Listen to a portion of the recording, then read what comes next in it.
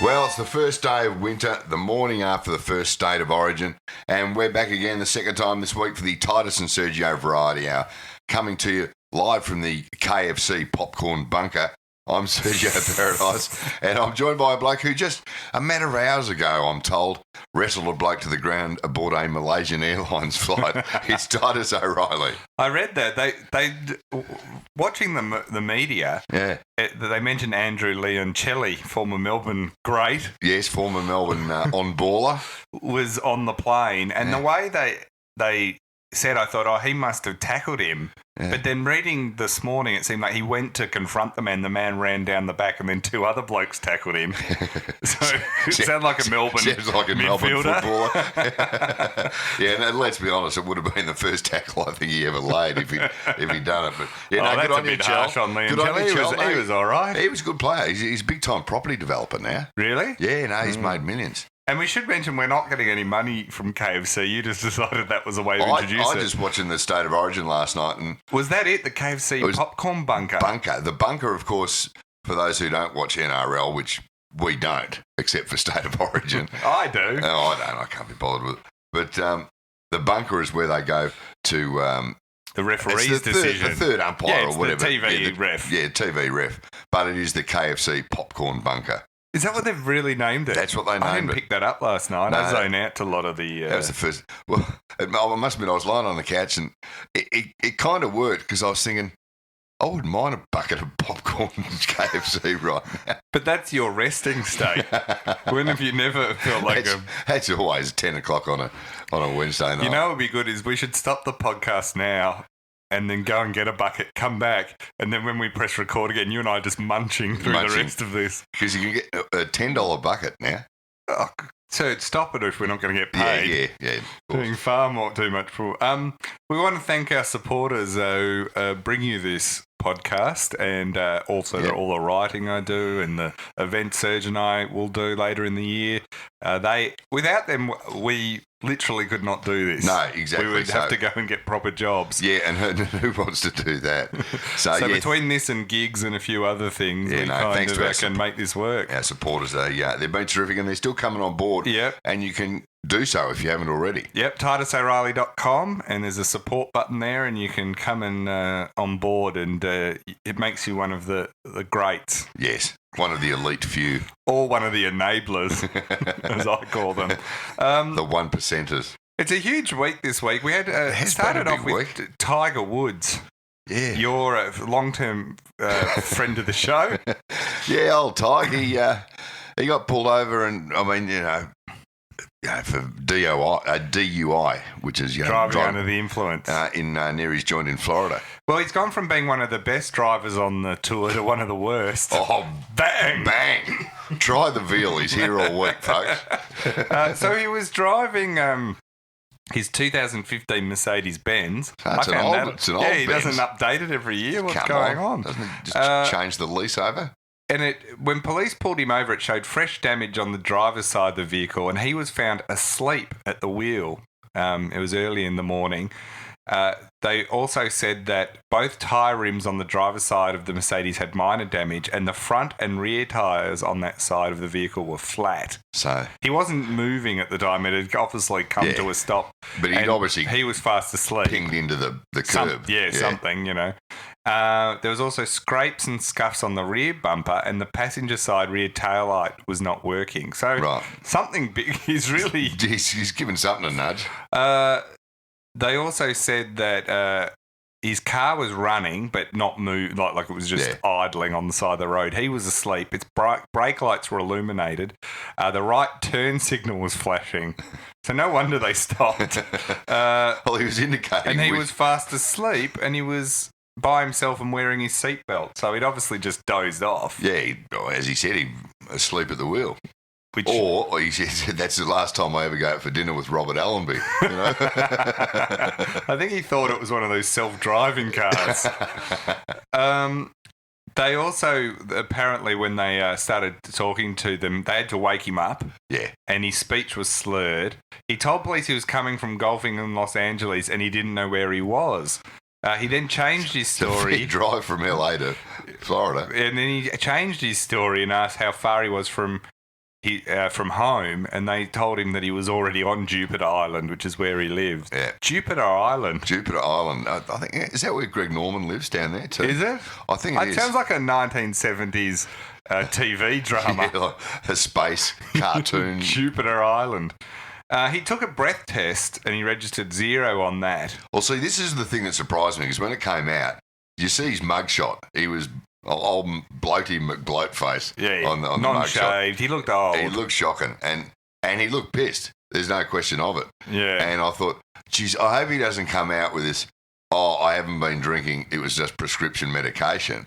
And then 2 hours later, he comes out and says, I haven't been drinking, it was just prescription medication. But it sounded like he hadn't been drinking. And actually, it turned out to be true. It seemed that he took they named them the other night, I heard on the news. He was on about 4 different prescribed drugs. Well, he's just had another back operation, so it's no surprise he's on probably some pretty heavy painkillers. So it sounds like he shouldn't have been driving, really. Well, somebody worked it out that he made $45.5 million last year, without winning a tournament. So he's going all right. Yeah. And the distance from his house to the nearest pub, he could have taken 180,000 different Uber trips for 45 million. So you'd think... But if you're Tiger Woods, you're not doing Uber. No, you're not. Well, you might go Uber black, but like, let's live a little. Yeah, let's go hard. But you'd think, even if, and to be fair, he hadn't been drinking, but even if these painkillers are making you feel a bit woozy, get a cab, you reckon? Oh, well... But where had he been coming from if he hadn't been drinking, you know? Oh, there's more to this story to come out. Yeah. Like you said, he was probably with Robert Allenby. Yeah, at a strip joint. Well, Tiger Woods wouldn't do that. No. So that's basically what happened. He did look terrible. He's a guy that just really has fallen off the cliff in terms of he's obviously had a fair few injuries and stuff as well. I think his knees are shot. He's had 3 or 4. He's just had his back fused, a couple of vertebrae fused. So that ain't going to help. Especially as a golfer, he's got to be so limber. But it's a major fall from grace. He's never going to win another major. There's no question of that. No, he'll be lucky to play again. How do you manage to balance all your prescription drugs, or is your immunity just so high? It's the key word you use there is balance. You get to know your drugs, and you get to know your body, it's a delicate balancing act. It's a good advice, kids. It's a delicate balancing act between keeping yourself pain-free and consciousness. once you've got that mastered, you've got it all. They were saying in this report on Tiger Woods that in America, prescribed drug driving and accidents from people on prescription medicine, sometimes illegally, but it's still prescription medicine, is worse than drink driving now over there. Is that right? Because they have huge issues with oxycodone and all these sort of... They have a huge prescription problem over there, way bigger than here. Well, here now, I mean, you've got to have your license to get a codeine-based painkiller. Oh, yeah. I think. Your knowledge.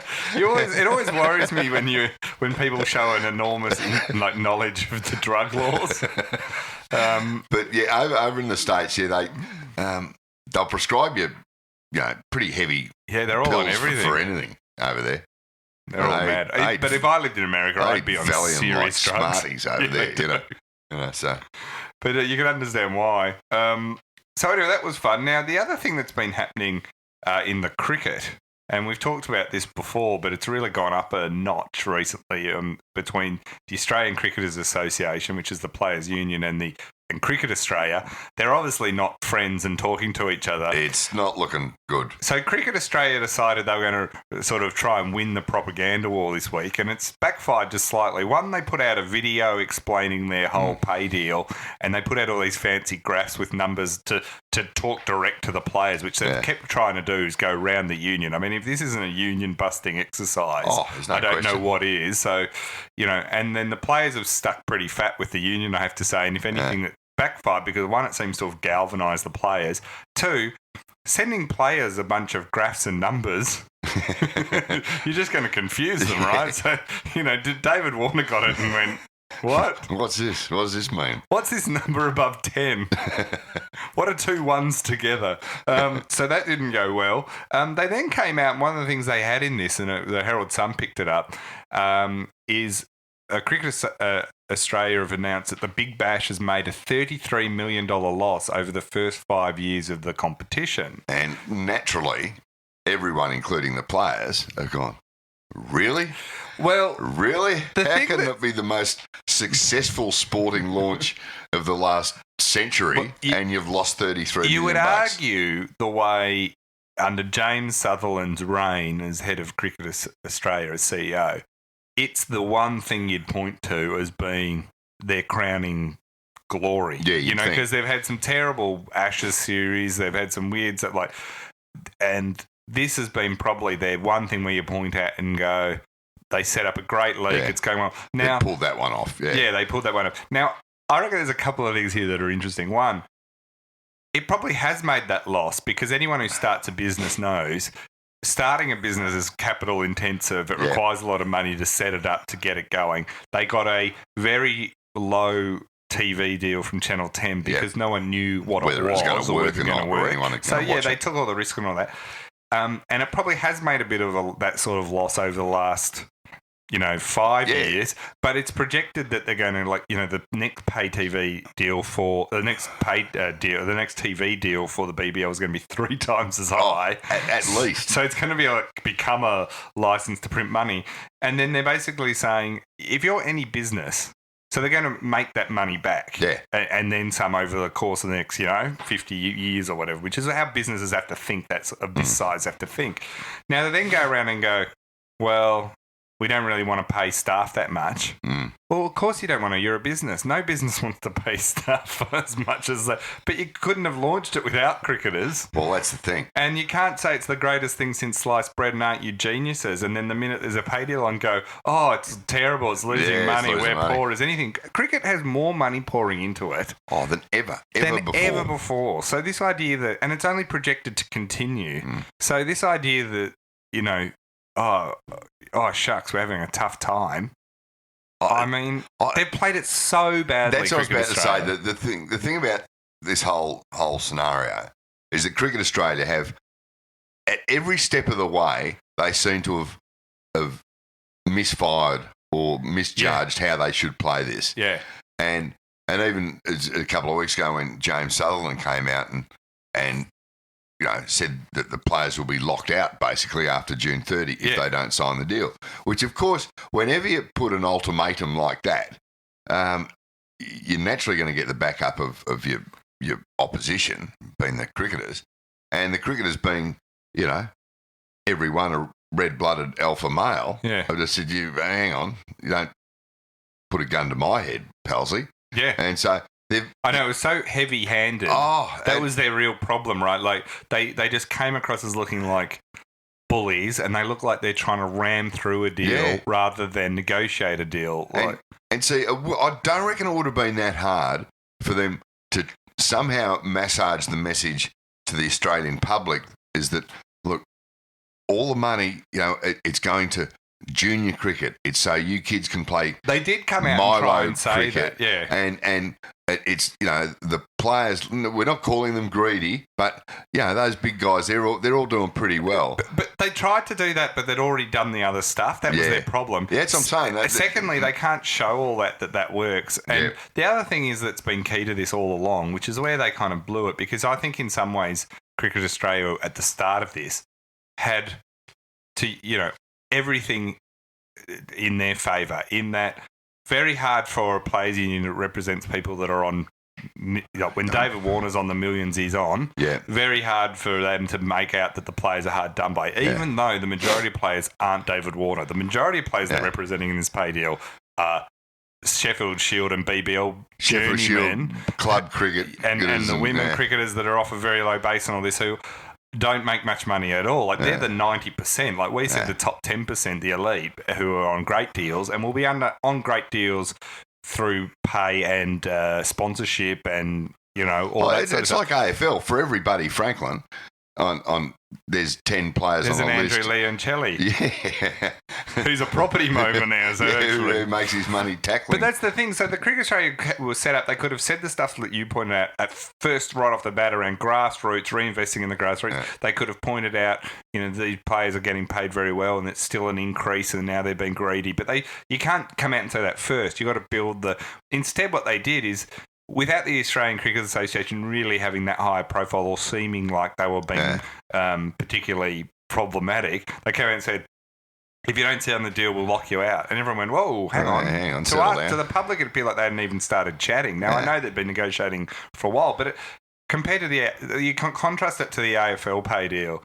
The AFL pay deal got a bit, antsy at times, but what the AFL did is they sat down, instead of going and just going, well, we'll lock you all out, they sat down and said, right, we don't want the revenue sharing model. Yeah. So what do we need to pay you to make that go away? Yeah.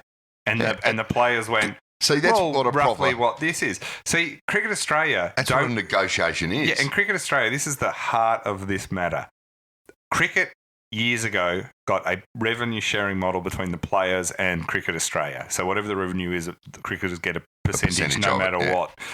And Cricket Australia have decided that they do not, under any circumstance, they want to get rid of that revenue sharing model. Yeah.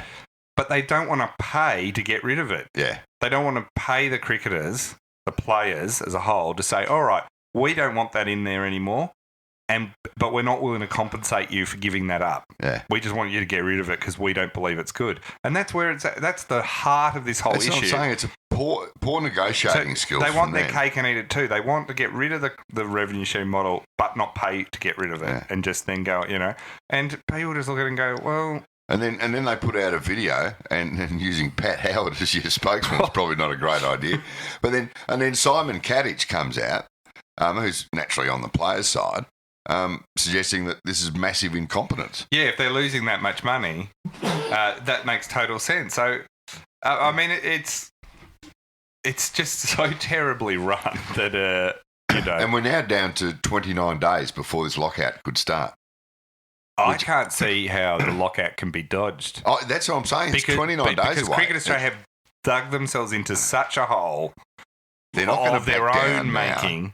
And the players are saying, we're willing to sit down and negotiate. We're willing to keep talking. But you guys have just done... You are the ones that have been heavy-handed. Yeah. They've just played into the Players Association. The amazing thing about Australian Cricket Association is they've found themselves in the best position out of the two, but they haven't even had to do anything. Yeah. They just sat down, let Cricket Australia implode in front of everyone. So, as I say, it's 4 weeks until the lockout starts, and which means 4 weeks for all good club cricketers to get into the nets, because here is your chance to be playing on the MCG on Boxing Day. It's a bit like playing Brisbane. You just sit back and wait for them to make the mistakes. Yes. And that's all the cricketers are doing. Anyway, it's a huge thing, but I can't believe, the whole thing with the BBL is it might have lost money to set it all up, but now that it's set up, it's going to make money. It outrates the tennis. It's the biggest thing in summer now. If they're not going to be making money hand over fist in the next, And they're talking about triple the TV deal. That is very conservative. And then sponsorship. Yeah, very conservative. It reminds me of, remember in the movie The Social Network about Facebook, when Zuckerberg, he first realises that this thing has actually got a bit of legs and could be worth some money. Yeah. He says, we could sell this for $1 million. And his mate says, no, $1 million isn't cool. $1 billion is cool. Hold on to it. $1 billion is cool. That's the BBL. Yeah. They're all getting a bit excited at that $1 million. But it's a startup stage.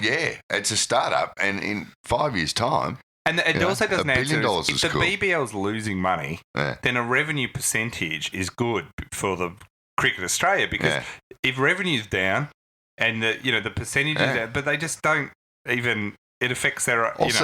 they're obviously... A profit sharing, the profit sharing. They obviously realise that, that the BBL is going to be pouring in such massive amounts of cash over the next 10 years. They go, see, but if we give the cricketers that percentage of that massive bunch of cash, it's less for us. So, but it's so obvious. I just love when they pretend they're on the cricketers' side and even the union's not.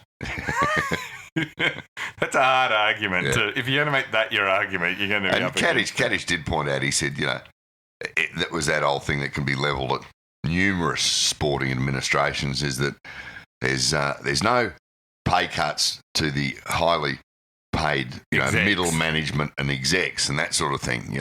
It obviously costs squillions of dollars to be an administrator, but it's not going to pour down. So 4 weeks. So moving on from that, the other thing that was announced this week that was kind of interesting is Collingwood have come out. Eddie Maguire came out and announced that the full club is under review. So the full club or just the footy department? No. First they came out and said down? It's a full external review. Yeah. But then they quickly came out and clarified that Buckley's contract is not going to be part of that review. Right. Because when it was announced, everyone just went, oh, so this is cover for Eddie to fire Bucks, right? Yeah. That's what a lot of people said straight away and what I thought straight away too. So they quickly said, oh, that won't be part of it. What they're saying is it's a look at Collingwood as a business. So Collingwood now has allegedly a men's football club. They have a female football club, and they have a netball team because that's core business for a football club. And they have their pokies and gaming areas. They have over 200 employees. It's a big-ish business now to what it is. And you'd have to say, apart from the last few years on the football field, the Collingwood business or brand has been reasonably well run, you'd have had thought. Well, I think, the one thing that Ed's had over his time there, he took the club from being a basket case financially and to a, no matter what people think of him and what they're currently doing on the thing, but it's a pretty strong. Now, they have gone backwards in some areas, like their membership is not like as big as it once was, but that's partly because they've been terrible on the field.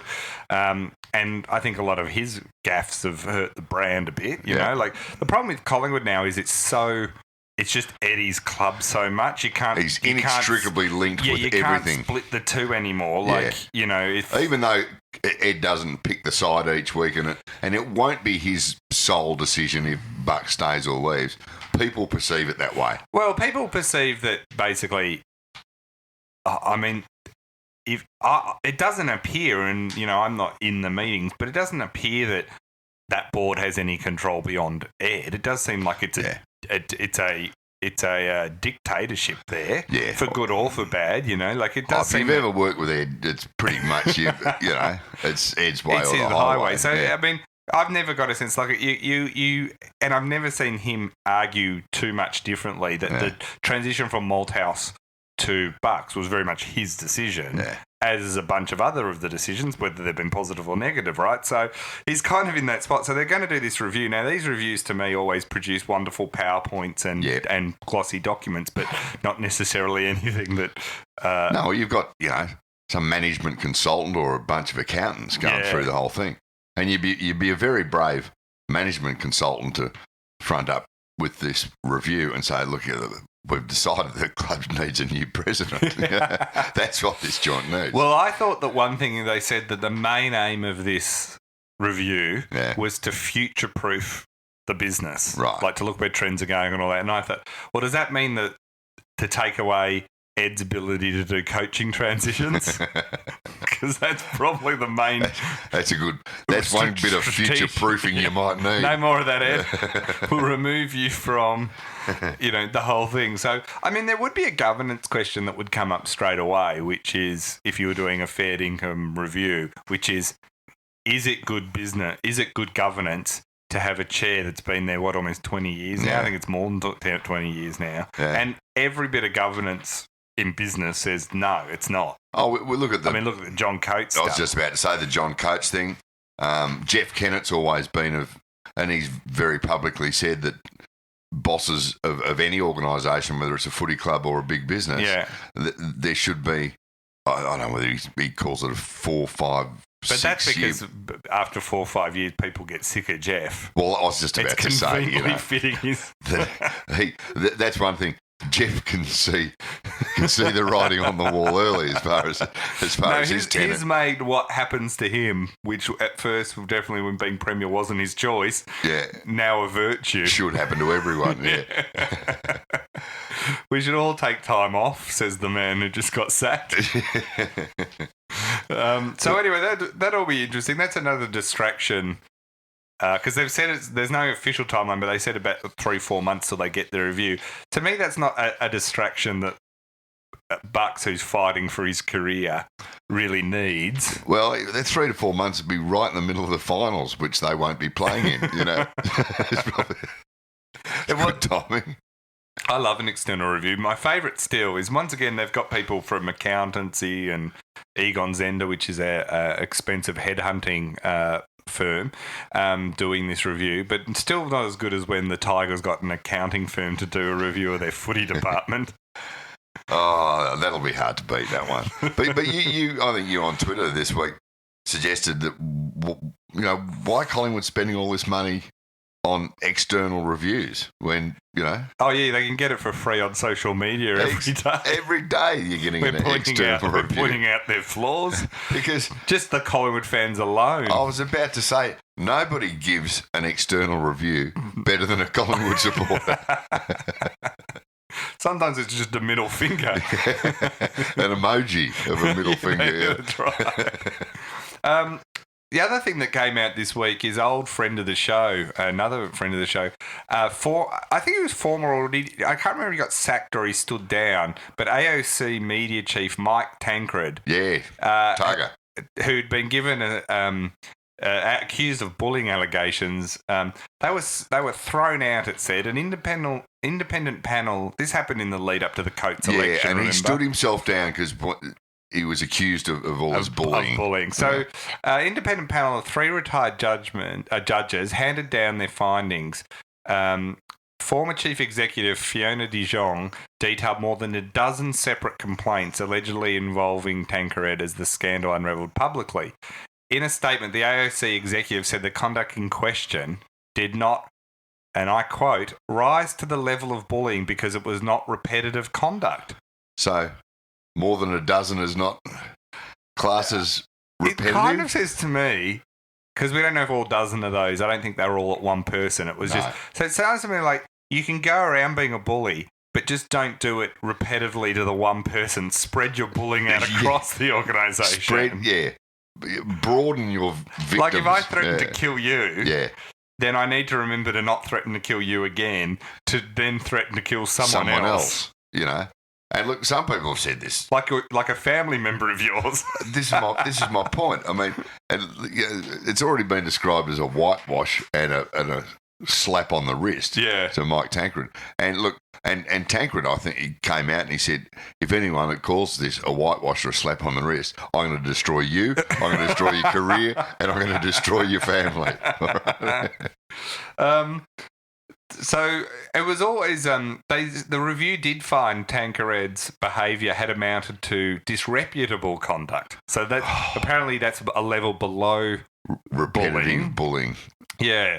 The sanction determined by the independent committee is that Mr. Tancred be severely reprimanded for his conduct, which will form part of his employment record. It said the independent committee would continue to investigate separate complaints against Mr. Tancred. So one, it's not completely over. Right. But you can pretty much assume that the next set of complaints, it'll be the same sort of thing. Well, I mean, you would think 12 incidences and there's more being investigated.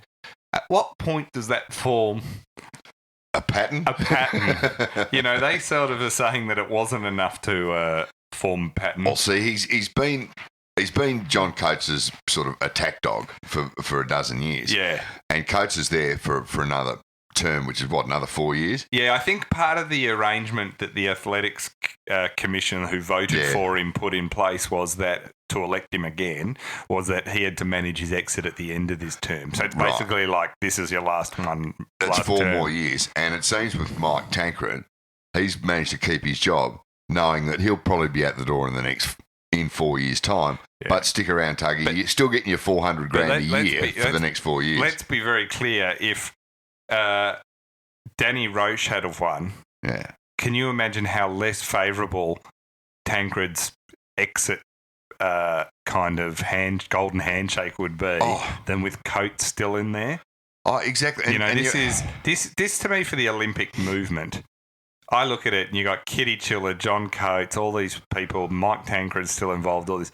This is, mate, no, it's a disaster for the Olympic movement, like in Australia. People are looking at this going, the fact Coates survived after some of the stuff that came out that he'd said. Everybody thought that he was unelectable. He's got no credibility. But he did it easy. But he does. They can have elected him, but he's got no credibility with the sporting public for some of the things. I mean, he told someone who was off work because they were getting cancer treatment, chemo, that they needed to get a reality check. I mean, seriously, like, you know, and then he apologised for, you know, for parts of what he said, but not all of it. And then you got his Tancred getting cleared for basically, I mean, the idea it's not bullying. I mean, that's just legalistic terms that you just disreputable conduct rather than bullying. It's like, please, we recognise spin when we bureaucratic gibberish.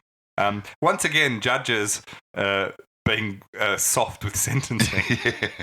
Retired judges. Yeah, but they're still soft. Yeah, they don't reflect the views of the public. That's right. We're sounding like we're a talkback station now. We they do. should lock them up for life. I don't care what happens and bring back capital punishment, what I say.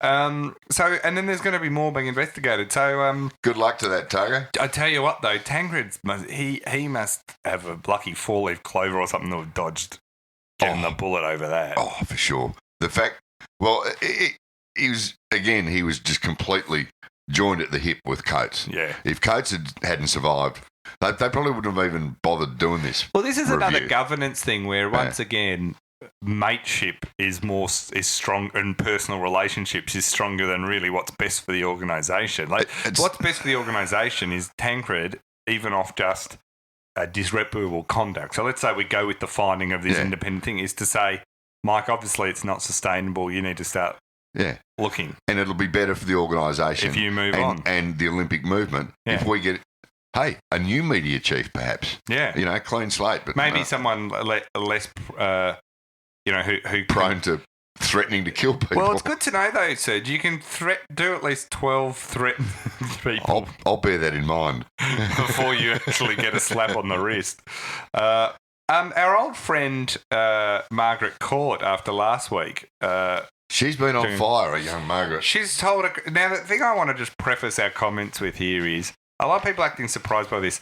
This is nothing Margaret Court hasn't been saying on the record for years, going back as long as I can remember. She's been saying this stuff forever. She's a hardcore sort of Bible basher type. Yeah, of a very specific type of that, which is she thinks homosexuality is so sinful that it's bringing down civilization. In the eyes of the Lord. It's not like a borderline case here. This is what she has always believed and said. So she came out and said some more things this week. She said, first of all, one of the things that grabbed the headlines is tennis is full of lesbians. Right. Can you just pass me that feather? I'm going to knock myself down with it. You know. What the thing about that is, it's like when I like it's full, like we can't get another lesbian in there. our leso quota. It's topped out right there. I haven't heard someone say leso for ages. So anyway, I just love that tennis is full of lesbians. Like, I mean, one, it's not even. Like what does that even mean? I mean, she's so ridiculous. She even went and said, back when she was playing, there was only a couple, but they used to seduce the other girls and turn them into lesbians, which just shows a complete lack of understanding of how this all works. Listen, Margaret, you can talk up the lesbianism all you like in women's tennis, but I still ain't watching it. You can't tempt me with that. Yeah, I think teenage boys have signed up to tennis in greater numbers than ever before. So one, she says that, which is just, it's so ridiculous. Like, I mean, one, who cares, which is your point about all of this. Two, they're not all lesbians, and it doesn't really matter one iota if they are. And it's just this hateful thing. Even worse than that, if we're grading these things, is she said that transgender children are influenced by the devil and are part of a mind control plot as seen in Nazi Germany. I think it might. Is it time for an intervention on Margaret? I mean, seriously. I mean, there's someone in this story with links to Nazism, and it's not the transgender children. I can tell you that. This is just extreme nonsense. I mean, the people who have been standing by her and saying it, or just because she's got a difference of opinion to other people. This isn't just difference of opinion. This is hateful stuff. Yeah. I mean, it is just hateful stuff. And it has real impact on people out there. And while it's I can kind of laugh at it because I'm safe in my boringly straight middle-aged whiteness, maleness, where there's nothing anyone can say to really upset me except point to the flaws in my own character. But these sort of things, like, it really upsets and hurts and that causes real damage out there. And she keeps banging on about it. And, it's just the fact that they're not changing the name of that arena is just ridiculous. She does not deserve our respect at all. It is so hateful. It's not even I can understand someone saying, look, my religious beliefs, which I would personally disagree with, but my religious beliefs means I don't approve of homosexuality. I don't involve any of this stuff, right? But if someone's doing that and they're thinking that's their private view, they have it in their home, they might even have it in, church, whatever. Right, like, I can't, I'm not going to go out of the way to whack them, but she is not sitting at home with these views. She's going out and actively saying them, and then can't turn around and go, why is everyone so upset with me? But as you say, she's always been like this. I personally, I can't stand anyone of any religion who bangs on about something because it is written in this book. Whether it be the Bible or any other text. Yeah, it's just the most ludicrous thing. You really hate the Quran the most, don't you? Oh, no question of that. I just want, I'm just setting you up for real trouble. We're talking tennis. That was just a lob at the net, wasn't it? Well, it's also, I'm wanting them to be annoyed with you, not me. Yeah. I respect all religions and what they stand for. But no, if we're going to rename the Margaret Court Arena, could we have, the Mark Latham taxi rank out the front or something? Well, there's a few tennis players have said, quite a few now say that they're thinking of boycotting that particular arena. Oh, that'd be dumb. That would be so dumb. Why would that be dumb? Because they'll just get, it's a forfeit. Yeah, but if they all boycott it, I mean, this is a legitimate problem, right? These aren't, the way society has moved to, right, is these comments she's making, they're not right to free speech, and just because someone has a different opinion. Like, if I said I like chocolate ice cream and you said I prefer vanilla, that's a difference of opinion over something that has no tangible negative impact really on anyone. It's just a difference of opinion. Except people who grow vanilla beans. Yeah, but saying a group of people are influenced by the devil and a part of mind control that started under Nazi Germany or is linked back to there.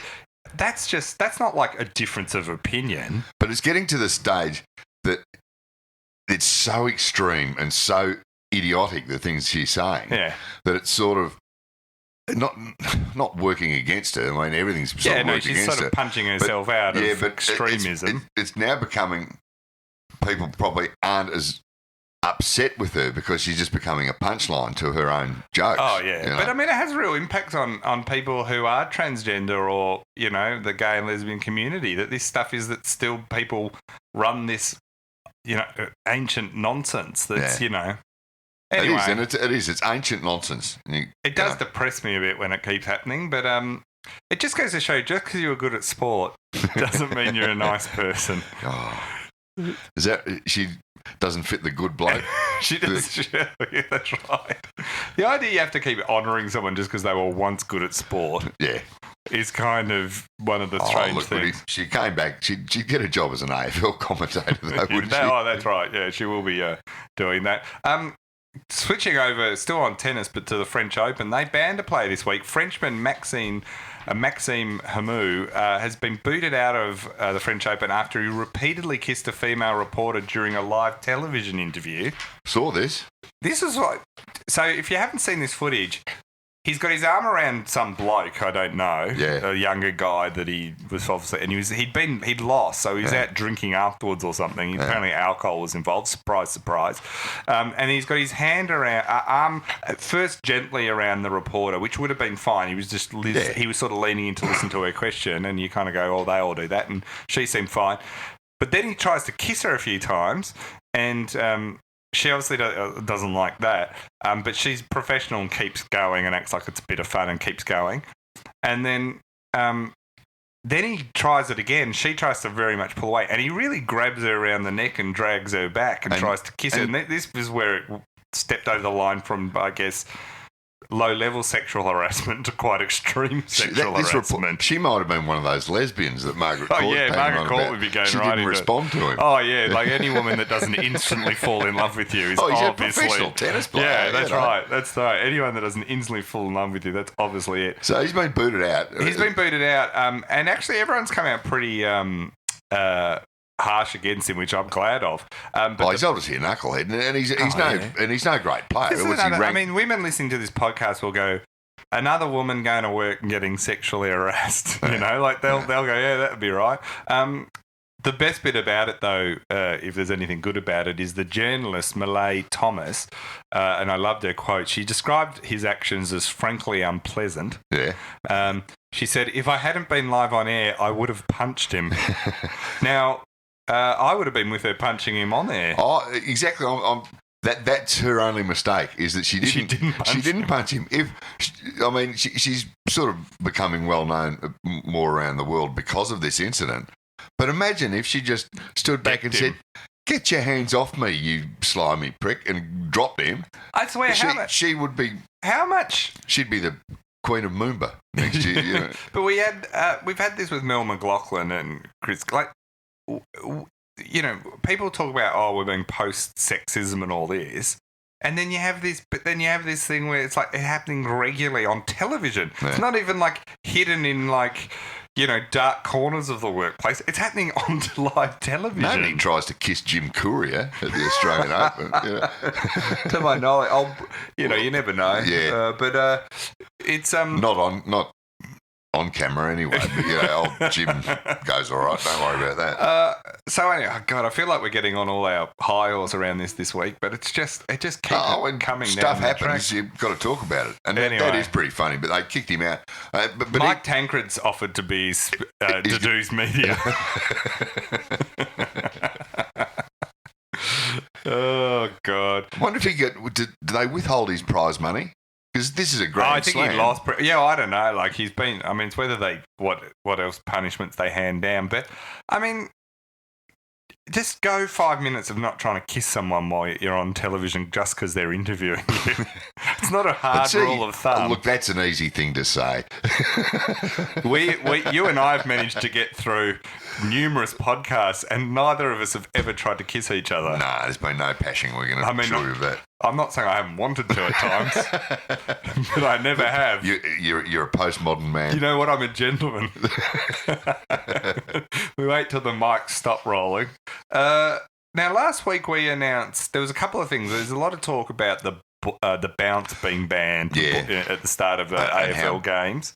And we had some suggestions from listeners on what should be done. Yeah, one was have a cannon shot up from underneath. Buried in the turf right in the middle. Yeah, and it would sort of open up and shoot out. And we raised that there'd be a few problems when, it went off accidentally or if the doors, because, the little doors would have to open like on Thunderbirds, and if went off at the wrong time and if Aaron Sandiland put his leg down the hole. It blasted him into the Etihad roof. Yeah, there are a few obvious technical issues. I suggested, what about a drone? Yes. Drop the ball from a great height and they could just go off that, and that would add a bit of excitement, and the kids love drones, I hear. And as we said, just another angle that Channel 7 can have a camera in. That's right, and they can sponsor it and everything. Yeah. Be the KFC popcorn drone. You are totally getting a bucket of that after this, aren't you? Tell you what, on the way home, $10 bucket of popcorn. It also takes 10 years off your life. You got to Swings and roundabouts. Risk and reward, I like to call it. I wonder why there's an obesity problem in this country when you can get a whole bucket of fried chicken for $10. Anyway, the soccer ball so while I mentioned that idea of a drone, in the 2017 Portuguese Cup final, you would have watched that, wouldn't you? It was just the other day, a couple of days ago. I like how you said that like you did watch it, but I have no idea who was even playing. It was the couple of Portuguese teams, I think. Spot on. Yeah. See, told you. No flies on you. I'm across everything. The Gerald Waitley of our podcast. Your knowledge of sport is wide and deep. The match ball for the cup final in Portugal was delivered to the referee by a man riding a drone. I didn't watch the game, but I did see this footage. This is a way to get attention. The man rode the spider-like dome. Drone. A drone, sorry, about 70 metres, and it says it happened in driving rain. So it wouldn't have been pleasant. If you're going to buy a drone, this one works in all conditions. Before landing by the match official near the halfway line and handing the ball over. Wouldn't have that been That's got AFL entertainment written all over it. Yeah. Although, if the AFL tried it, something would go wrong. The bloke would fall off. Do you remember the grand final years ago when they had, like, that right at the top of the stand, they had that shocking little, like, imitation spaceship thing that they'd built. It just looked like a couple of big cardboard tubes covered in alfoil, and that came down a wire all the way down. Do you know why it looked like that? Because that's what it was. Yeah. They delivered the footy that way. It was cringeworthy. But this drone that this bloke was on was an absolute cracker. I mean, it must be worth squillions because, you obviously can't buy them anywhere. But I really like the look of it. And you could see somebody, or maybe a couple of them, spinning around the MCG on grand final day. Yeah. I've got to admit, I've been to the NRL grand final a few times, and they often have the ball dropped off by a Black Hawk helicopter that lands in the stadium. Yeah, that's pretty cool. That's pretty great to watch, That's the thing. AFL's like, we need to go to Knights. Yeah. But like the pre-game of the rugby league, the State of Origin last night, it wasn't very. They had Birds of Tokyo, and that was it. Birds of Tokyo. I mean, I like some of this, but they're just not pump-up music, Yeah. If I hear Lanterns one more time before a major sporting event, it doesn't inspire you to run through a brick wall. You just get noise works. You're not going to... Bit of Johnny Stevens. Screaming Jets. Yeah, Screaming Jets. Bit of Better. Better. It's all you need. That's all you need. It's never been beaten. They had Cold Chisel a couple of years ago and they were great. Oh, Cold Chisel are terrific. But, Screaming Jets, you can't come at your Nothing beats Slash coming out and playing a few guitar licks of Guns N' Roses songs, but that was it. And then his girlfriend wandered out. He sounded like that Slash thing a couple of years ago. There was nothing... It was nothing different than if you ever walk into a guitar shop and see some 17-year-old in a corner. He'll just play through about 8 riffs that he knows, and that's it, and then finish up with Sweet Child of Mine, because that's all he can play. And that was how Slash was. And even Slash looked bewildered. Oh, like, why are they paying me for this? Slash looks bewildered all the time, I think. Because he's on prescription meds. Of course he is. There hasn't... they keep trying, especially the AFL, they keep trying to make it good, and I just don't know why they really bother. Well, you're talking about the pre-match in general. And half-time. Yeah. I mean... Well, they're talking about getting the Killers this year, the whisper is. Yeah, right. But the Killers aren't touring out here. It would probably just have to be a one-off deal like it was with Sting last year. They just brought him out here. It's an expensive exercise, though. You're paying $500,000. The thing with Sting is I was at that game, and it was the best crowd I've almost ever been in. With the Bulldogs fans so excited, and it being it was a great game, and then Sting came out, and it was just nothing. It was just it never is. Message in a bottle's not like you're going to be like, and he's going to come out and play his new song that no one cares about. Yeah, not even Sting cared about that song. He just came out, trotted it through. Message in a bottle, $500,000 in the bank. Thanks for that. Yeah, I'm out of here. Yeah, It was the same. Who did they have with Brian Adams? Same thing. He comes out, rips into Run to You in summer of '69. $500,000, thanks. This Tom year, Jones. I'm hoping we get a bit of I think we should get things that reflect the sporting year. Right. Like little reenactments or things. So I think we should get a Mike Tankerhead to go to the centre circle and give the crowd a spray. We get Margaret Court come out and just share her views on life. We just pick some things. We load Tiger Woods up on meds and get him to drive a golf cart. I was just about to say, cart around the in a car doing a lap of honour, but don't let him drive. No, you got to let him drive. That's the great true. bit. And then get Brian Allenby to come out and tell us some tales of Hawaii. And then get that French tennis player to kiss Craig Willis. Oh, perfect. Yes. There you are, AFL. On behalf of the AFL. Bang. Big pash right in the neck. I did a gig recently and he was at that and he introduced me. Oh, must be fantastic to have. I wrote the introduction. Oh, he just read it perfectly, but it was all bagging me, the whole thing. Yeah. And then when I finished, so I did about 15 minutes at this footy lunch thing. Yeah. And when I came off, he goes, "That man has a sick mind." I could just imagine hearing it. Please make him welcome Titus O'Reilly. No, he did. It was quite good. Like, it is a great. good... I'd love to get... I didn't think about it at the he's time. He's a good bloke, Craig Wills. I only met him once, but he's the sort of guy I'd like to get him to do your phone message for you. Yeah, that's right. So that was fun. But so anyway, the drone's a great idea. That is. With more drones. And they did do it well, the Portuguese. The Super Bowl used a whole bunch of drones, remember, behind Lady Gaga to create all different lights and stuff. They did. Yeah, but the NFL do it pretty well. Well, I mean, but the difference is I was talking to someone at the AFL about this, and the AFL watch the people who do the AFL entertainment. They watch the Super Bowl, and I think the Super Bowl amount of money, like it's tens of millions of dollars they put to it, and the AFL has about $1 million. That's the difference. And half of it goes to Sting.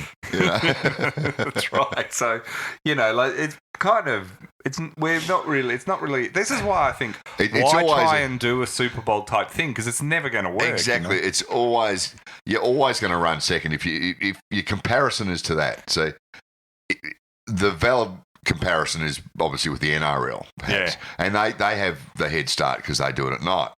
But to continually, compare the AFL with the NFL, the Super Bowl, it's just a no. You can't win that argument. Yeah. Because even I've never been to a Super Bowl. I'd love to go, but I had a couple of mates who went last year. Yeah. And they said the staggering thing when you're there with the halftime is not how good it is. You just expect that. But the amazing way that they get it up and then down again. Yeah. And the production and the hundreds of people and the technical brilliance of building this stage and all the sound gear that goes with it and all the lights that are already pre-programmed, get it up and down in a matter of minutes. He said it's mind-boggling. He said you just couldn't do it unless you had tens of millions of dollars in your budget. You know the difference between the AFL and the NFL? And I'm an NFL fan going back to the 80s, right? So I've always been like long-term NFL fan, love it, watch it fanatically, have been to live games too. A live NFL game is so boring to watch live compared to AFL because it is so stop-start. Like the amount of time that you are, and this is from a fan, the amount of time you are just waiting. You could read a whole book in the spare time you have watching it. So, of course they have a big halftime entertainment. The AFL, the focus is on the actual football.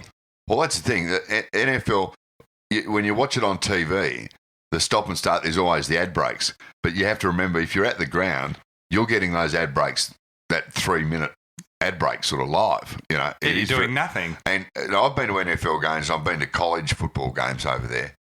And unless you've got a seat right on the 50-yard line down the front, where it's still interesting to watch what's going on, it's pretty hard work. You're better off watching it on telly. Yeah. NFL is much more a TV sport. It is one of the rare sports where if someone said, "Do you want to go or watch it at home?" I'd almost always prefer to watch it at home. Yeah, exactly. You get a much better overview of it. So, well, that brings us to the end today. We should thank our supporters again. I want to thank everyone who's gone onto iTunes and rated and left us a comment. A couple of good comments lately. It's been terrific. Unlike the abuse. Unlike the abuse we normally get. Yeah, unlike the nasty ones.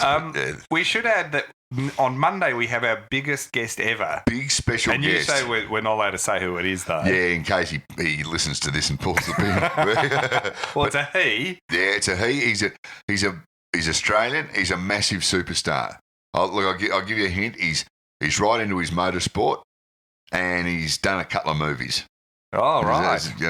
More than a couple. Hey. He's a big name. I think you're guessing who I'm getting at. Oh, but excellent. It's a massive name. So we're looking forward to that. It'll be good. Looking forward to catching him up. And I don't know how he's going to go turning up at Studio Paradise. We're going to do it at Studio Paradise. At 11 o'clock Monday morning. But, big name. Does that mean I have to drive over there? You have to come to my Stay off the prescription meds. Yeah, just get Tiger to pop down Punt Road. He'll get you there. Woodsy, what are you doing Monday morning? They'll have worn off by then, won't they? I'll ring Tiger Woods and go, oh, what are you doing Monday? He goes, oh, do you want me to come on the podcast? No, I need you to give you a lift to this. Give a lift to my joint, yeah. Poor Tiger. That's when you know, if we ever have Tiger Woods on the podcast, he's finished. Instead of knowing we've made it, it's the reverse. It's knowing he's done. That's how far someone's fallen. We'll work for prescription meds. and on a Monday, he would be pretty free. Well, he's pretty free most Saturdays and Sundays because he hasn't made a cut for a while. All right, well, we'll see you next Monday. We will.